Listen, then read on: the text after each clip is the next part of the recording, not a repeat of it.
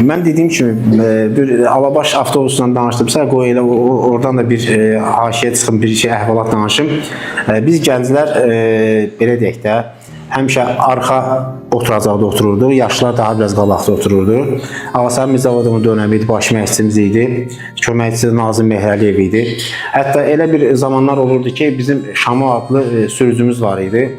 Həmişə narazılığı bildirirdi ki, maaşlar gecikir, 3 aydır maaş almırıq, bu nədir, mən sürmürəm, məsəl üçün getmirəm, gəlmirəm, belə narazılıqlar bildirirdi. Amma yenə də gəlirdi. Yəni futbolçular məşqə getmək lazımdır, oyuna hazırlaşdıq, çempionat oyunu var idi. Bir dəfə 20 yanvarda gəldi ki, sürücümüz deyir ki, mən getmirəm, sürmürəm. Bəs oradan hamı dedi ki, bəs məşqə getməliyik, məşq eləməliyik də. 3 gündən sonra oyunumuz var.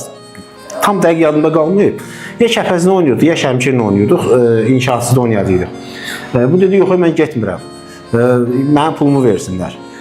Bizim də onda Ağasəmin köməkçisi Nazım Mehrəliyev idi. Nazım mənim qayıtdı ki, Şamo, dur gedək, komanda məşq eləməlidir. Dedi, bax, getmirsənsə özüm sürüb gedəcəm. Yəni bu inanmadı, açıqda biz də inanmadıq. Nazım mənim dedi ki, indiyənə qədər yadımdadır ki, oturun maşına, avtobusa. Oturduq, bəs bunu tələmək lazımdır axı. Cavanlar düşün aşağı, cavanlar düşdük, tələdik. Nazım mən, biz bilmirik ki, Nazım mən böyük maşını sürə bilər də. Nazım mən xoddan da sürdük, hamımız qaça-qaça oturduq Alabaşa, getdik, sürdü qaldı 20 yanvarda. Bir də gördük, arxaya baxırıq ki, sürdü, dalımız da qaçır. Haqlıyım! Saxla! Saxla!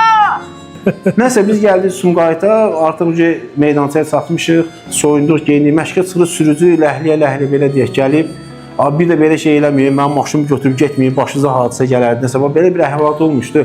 Yəni bunlar hamısı nə idi? Futbolçular hamı məşq eləmək, futbolçular hamı məşqə getmək istəyirdi, məşq eləmək istəyirdi.